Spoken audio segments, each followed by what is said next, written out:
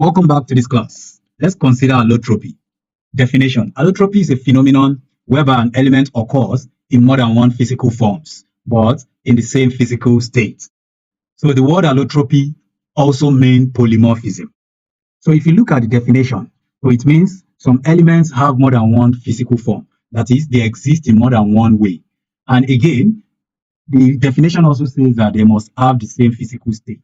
That is, for each particular element that exists in different forms, if one of them is solid, that means other ones too will be solid. If one of them is a liquid, other ones too will be liquid. So that's the meaning of the same physical state. So the different forms in which these elements exist are called allotropes or polymorphs. So each form is an allotrope or polymorph of that element. So, and this is one of the property of both metals and non-metals. Some metals have more than one allotropic form, and some non-metals also have one or more, they have more than one allotropic forms. So let us consider some examples of elements that have more than one allotropic form. So, examples. Number one, carbon. Carbon is one of them. Carbon is a non-metal. In fact, carbon has several allotropic forms. First of all, in a broader sense, carbon can be divided into two. We have the crystalline carbon and the amorphous carbon. So these are crystalline carbon and amorphous carbon. So crystalline carbon are carbon substances that have crystal structure, while amorphous are those ones that do not have crystalline structure. So they are softer than the crystalline carbon. Now, the major allotropic form of the crystalline carbon are just two. Those are diamond and graphite. Both diamond and graphite are the major allotropic form of carbon. So they belong to the crystalline carbon allotrope. So these two are even the common allotropic forms that we always mention in chemistry for carbon. Now consider the two. Here is the structure of a diamond, and this is the structure of a graphite. Both of them are carbon, but they have different physical structure, but they have the same chemical property. I will explain that later. So these are the two allotropic forms of crystalline carbon, and both of them are carbon. So this is an example of allotrope. Let's see another example. Secondly, we have sulfur. Sulfur is also another example that display allotropy or polymorphism. So we have two kinds of sulfur. That is, we have two major allotropic forms of sulfur. We have the rhombic sulfur and the monoclinic sulfur. These are the common ones, and these are the major ones. So here we have the rhombic sulfur, and here is the monoclinic sulfur. Each one of them have this different physical structure, but they have the same chemical properties because all allotropic form of a particular element, they display the same chemical properties, but they may have different physical structure. So look at rhombic sulfur, the shape is like a rhombus, while the monoclinic sulfur is here.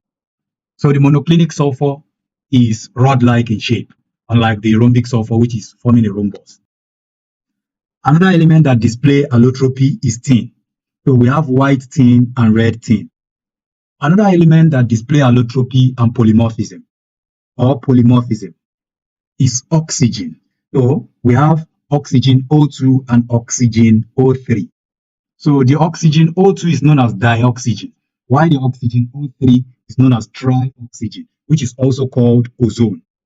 So in the lower atmosphere, dioxygen is more abundant, while in the upper atmosphere, especially at the layer of the atmosphere called ozone layer, of O3, which is ozone.